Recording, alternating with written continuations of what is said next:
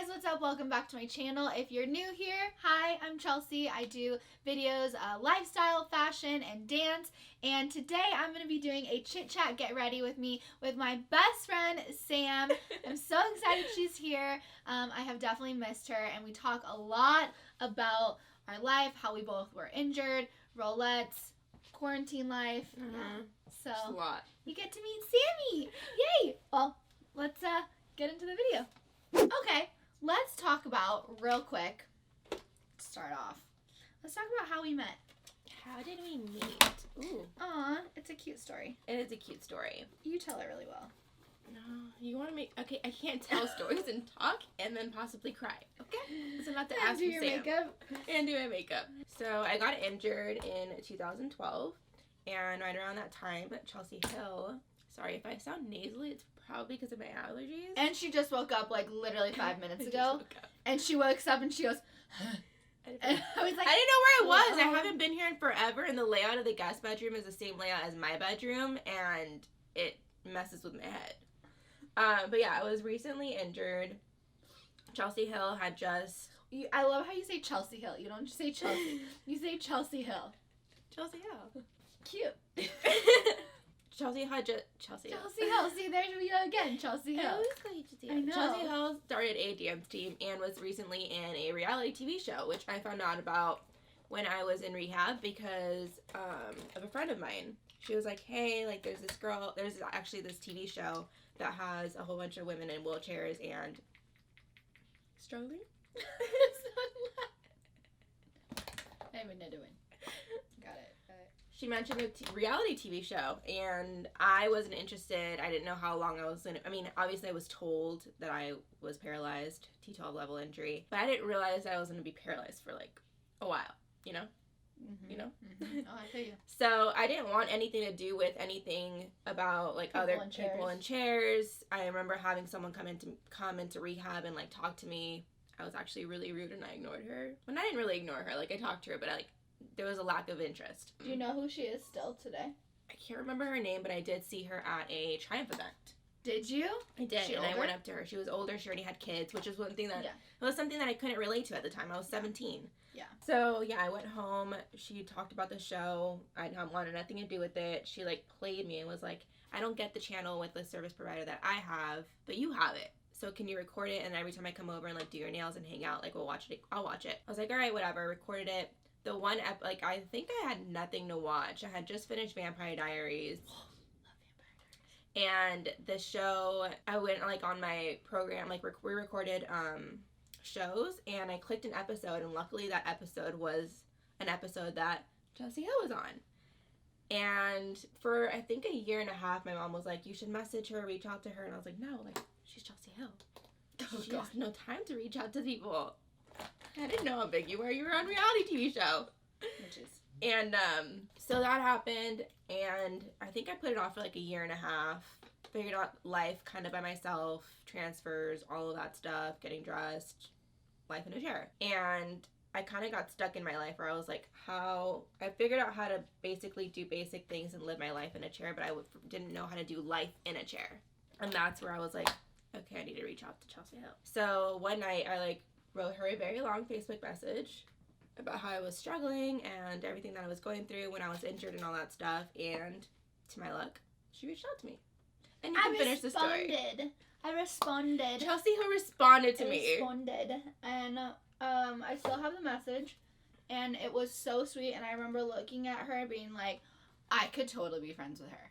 And I'm like, I was like, what, 4 years injured? I was 4 years injured. No, you were 2 years ahead of me and everything. Remember, age and injury. So it was your 2 year. It was my 2 year. So I was 4 years. Were you? No, I was 2 years injured. Yeah, so you were 4 years. 4 years. Okay. And math. I know, math is hard today. So I remember I responded back to her and I was like, hey, I'm coming down to LA. Like, I'd love to meet you. Usually when people reach out, I'm always like, how can I meet this person? Especially if I feel like drawn to them and feel like I can hang out with her. Like, I'm always like, oh, I want to meet you. So, and also her message was like really heartbreaking, and I was like, okay, I get it. Like, I get it.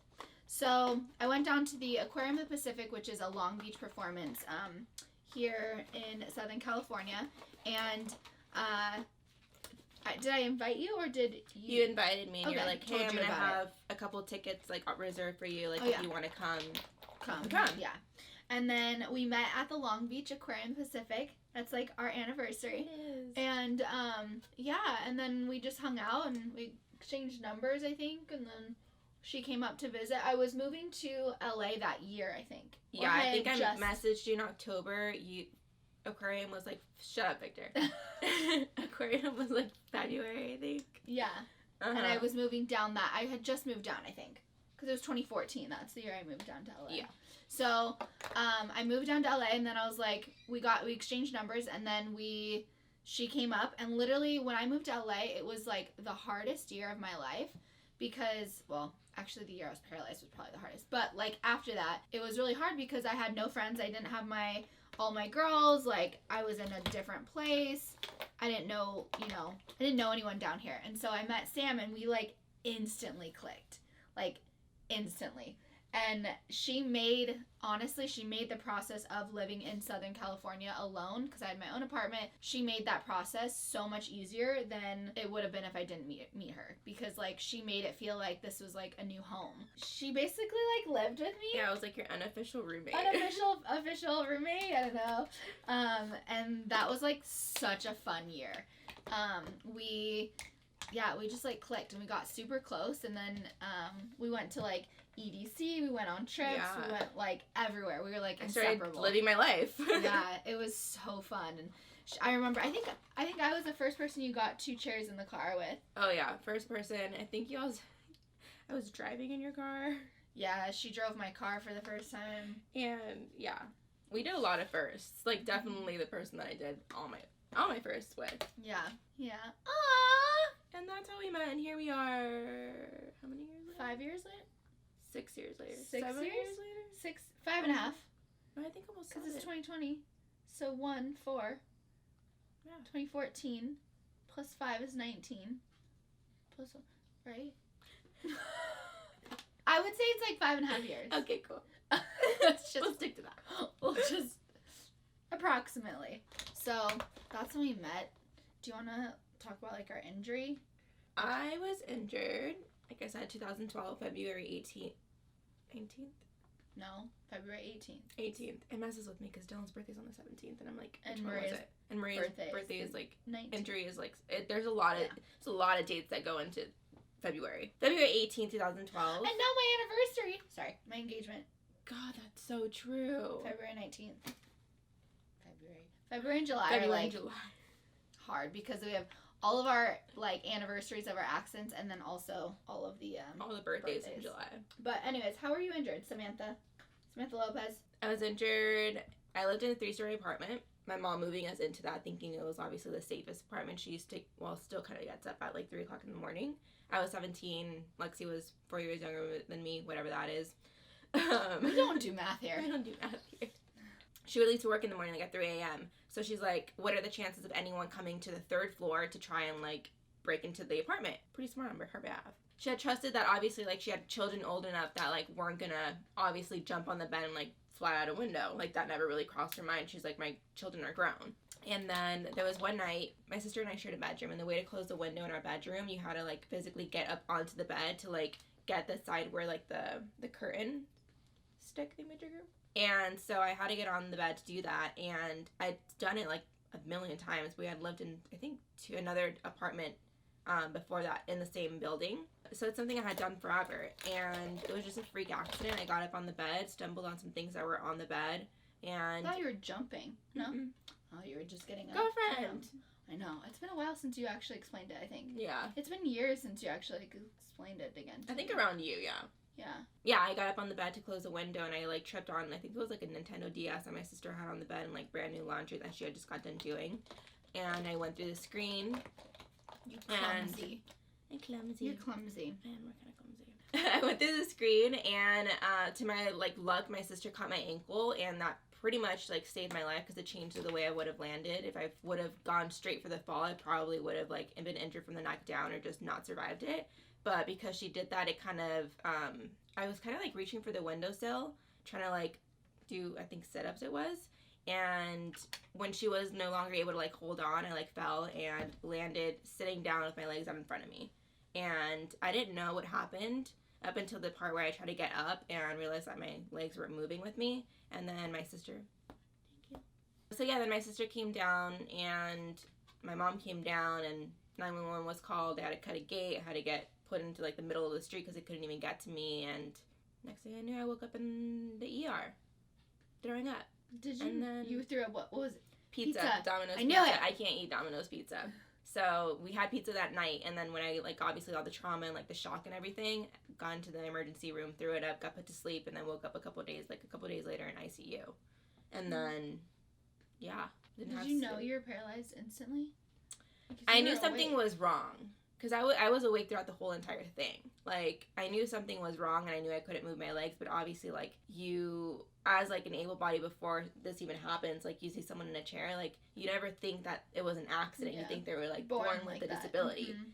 So that, like, and when they, like, explained to me, like, the fact that I, like, broke my back and all of this stuff, like, you break an arm, you break a leg, it heals. It heals. You move on with life. Same thing. Yeah. So I thought the same thing with, like, that. So, to my surprise, here we are. It's not how it happens. 8 years later, it's not how it happens. Not how it always happens. And that's how I was injured. Chelsie, how were you injured? Well, if you guys don't know, if you're new here, I was a passenger in a drunk driving accident when I was 17 years old. And I was out at a party of friends, and we were drinking. Long story short, he went around a turn and hit a curb on the right side, and he tried to overcorrect, and we went down an embankment and hit a tree head on. I think I'm gonna do, like, a full video on, like, my life, so I'll, like, really go into detail about that and really, like, let you guys know all the details of it. But yeah, I was life flighted to the nearest trauma center, and they knew I was paralyzed in the ambulance. And then, yeah, so I was 17, but it's crazy. It's crazy because I never thought that I would be like, oh, I'm injured 10 years. I was one thing I did not want to say. I never wanted to say that. And now I feel, like, proud of it. Mm-hmm. I'm like, fuck yeah, I've been injured 10 years. Like, I've got this, like, semi under control. Never know it's spinal cord injury, but semi under control. Like, I got my life going. Like, I feel like I'm me, you know? Like, yeah. You know, I love, like, the stages of this injury, too. Like, you know, the new, fresh, like, you're learning, you're a sponge, you're absorbing this injury, you're learning from everyone around you. And then there's that, like, in between, like, okay, well, I know what to do, but, like, what's the next step? And, like, then you figure that out. And, like, of course, we're always constantly growing and, like, learning and stuff like that. But I think for me, I'm at the point where I'm like, okay, I'm 10 years injured. My life is good. Like, I'm, you know, it's consistent. But I think the one thing that I'm scared of is in another, like, 10 or 20 years when I'm, like, 30 years injured. I don't think at that point I'll ever say, like, how long I've been injured. That's but crazy. anyways. But, yeah, like, you're forever 10 years I'm forever injured. 10 years. 10 years injured. That's it. But for me, I think what I'm scared of is I'm scared of the bones. My bones getting so brittle that one transfer and I could break something. Like, that's what I'm scared of, because a lot of girls that have been injured, like, 20 years have been, you know, they break their bones. We're going to be more prone to it. Yeah. But, like, you know, what are you most nervous about? Is it weird that I try not to think about that? No, let's think about it. Let's go there. Oh God, though. Let's go there. That's the one thing for me. I'm like, everything else, I'm good. But I'm just scared of breaking bones. I and feel having like surgery and still being young and, like, having to ask for help. We're paras, like, we can't ask for help because there's times where we really do need it, but just having to ask for it is kind of, like, something we don't want to do. Yeah. And I think just getting to an age where you're, like, constantly have to ask for help, and also Yeah. giving birth kind of freaks me out. I'm excited. I'm excited, but it definitely, like, at the end point of it, kind of scary. But Yeah. anywho, Do you want to be a mama? I do. I think you're gonna be really good. Two mom. kids. You'll You? be yes, 2 or 3. Oh shit. Honestly, I don't think my mental health could handle 3. 3 and a bulldog. Probably 2 bulldogs. That's like by 5 then. kids. I know. You have to double it with the I know. bulldog. I don't think I could handle 3, but I do want 3. I want a big family. So Jay is adopted. I don't know if I've ever said this on the channel, but Jay is adopted, and I think you have, like, on a Q&A that you guys have both done. oh, really? Yeah. Okay. Stalker. This is what best friends are for. But yeah, so Jay's adopted, and I am also an only child. Jay's an only child. So, like, for us, we want, like, a big family. Like, we're really excited. And Jay is, like, so ready for kids. He's been ready. He's been ready. He has been ready. He was ready to engage a long time ago. Yeah. So, I want babies with him. Sam, legit, we went to Italy, you guys. And we went to Italy with Rolettes. And this girl, I'm like, what you smoking? What you doing? Because she's over here buying baby clothes. Listen, Connor went to a baby boutique. The one time we had to, like, go shopping, her twin was having twins. I hate you. I'm already done. Her twin was having twins. I also, like, talked a lot more than you did. Twin was having twins, and she went to a baby boutique and was, like, picking out, like, little toys for them. And I found this cute little outfit with this cute little tutu, and I'm gonna have a girl. If you don't, give it to me, because I'm No, I will try as many times as I need. I'll probably give it 3 tries. So 3 kids, maybe. But I will have a girl. You will, because you runs in your family. Yeah, there's a lot of girls in the family. Okay, I already have an earring in. So I got a tutu, and it's the cutest little outfit because I picture my child going and, like, being a little ballerina, you know, cute. I'm ready. I just have one outfit. That was me. Man. But that was me putting it into the universe that when I get a man and I get pregnant, I'm having a girl. Oh yeah, got it. So that's how that works. So and that I'm getting a man. Okay. Got it. To have the girl. So if anyone is questioning this or wondering, she is single. I'm single. Hit her up. Her Instagram tag is below. Hit her up. She wants kids. 2 kids with colored eyes. That's all I'm asking for. Okay, great. Shit, that's a lot. No, it's not a lot. Well, I feel you, because I want blue-eyed babies. See, there you go. I want blue-eyed babies. I have to. So you have to date someone that has blue eyes or green eyes. Mm-hmm. Or has family, because both my parents have brown eyes, and I ended up with green eyes. Oh, jeez. I know, last thing that I want to talk about before we end is quarantine struggles, because I feel like right now with everything going on in the world, I feel like what I'm getting asked a lot on my Instagram is like, how do you stay so confident? Like, what do you do every day to, like, keep your, like, spirits lifted? And I think for me, and I want, like, both of us to touch on this, I think for me is, like, one thing that quarantine has given me, which I like to focus on all the good, because quarantine, I think, can take away a lot from people if you're not, how do I say this? If you're not already secure in who you are and what you're doing. And also, people are looking at quarantine as if, like, look at all the material things it's taken away. Money, time with my friends, things, like, to do. But in reality, like, I want people to start thinking about what has quarantine given you. For me, it's given me a sense of schedule. It's given me a sense of, like, a morning routine. It's given me a sense of balance. I'm just as busy now as I was before quarantine, because we're doing all the Rolettes experience stuff and turning everything virtual. And that is a whole nother monster to tackle. Yeah, so it's a whole different world. It's a whole nother world, and we're not used to it. So, like, I'm just as busy. But for me, like, establishing one thing that I needed before quarantine was a schedule, a morning routine, time to do balance. Things. Yeah, and for myself too. Like, the other night I sat here and I did a mini spa night for myself. I did yoga. I put on my little diffuser. I put on, like, meditation music, like, because I just needed it. And I think I've only done that maybe once in the last 5 years, because I just never made time for it. So that's what quarantine has given me. What about you? So at the beginning of all of this, my dad ended up moving in with us just to, like, because of COVID and just it'd be safer. He was always coming in and out of the house anyway, so it was just safer to have him have a place to go to and, like, shower and, like, get dressed into different clothes. So that aspect of it all kind of changed the home dynamic. My parents are divorced, but now we all live in the same house. So it gave me a sense of it's hard to deal with some days. There's days where my dad's like, I'm moving to Mexico, and I'm like, okay, can I go with you? Can I go with you?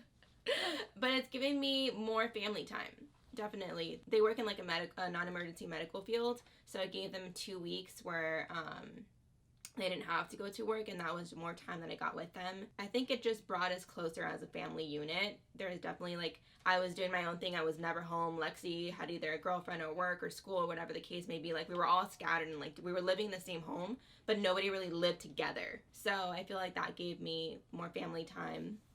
My schedule is still all over the place because my mom has her business and I help her with it, and it's crazy hours of the day that I have to be on the computer and late at night. So it's still, I'm still at like that 4:30 a.m. going to sleep and like 10:30, 11 getting up in the morning, which is why this was a struggle this morning. So when I woke up, she goes, where am I? But, so it's giving me that, and it's also giving me more time to experiment with skincare, which is a thing that I am struggling with again. So it's giving me more time to like buy more products, experiment, and have like the sense of security that I don't have to constantly go out in public every single day with all these experiments that I'm doing with my face. So yeah, it's giving me that, and it's just giving me more of a sense of just appreciation for, again, what I do have instead of like materialistic things. Yeah. And just taking my friends, obviously not for granted. I never, well, I guess, I feel like we all take each other for granted, like eventually, but just like having someone to go to, like especially after all these months, and it's like, oh, we can get back together, and it's like nothing ever happened, like time didn't even pass. So I think that's another aspect of it all. Yeah. And I think one of my favorite things that we've done as friends with even Kat and Maria was we're so used to going to restaurants and brunch and here and there and that. We took one morning where we all woke up at like 5 a.m. and drove to Malibu and just watched, well, there was no sunrise because it was foggy. It was like cloudy that day. And the sun doesn't rise over here. And that's what I was like so confused on. What do you mean the sun doesn't rise? The sun doesn't rise over here. You It can sets. still see the sunrise, though. I know, but like it sets. Oh, I see the sun. It's rise and sunset at my house. Oh, but like where we went to Malibu, the sun doesn't rise over there.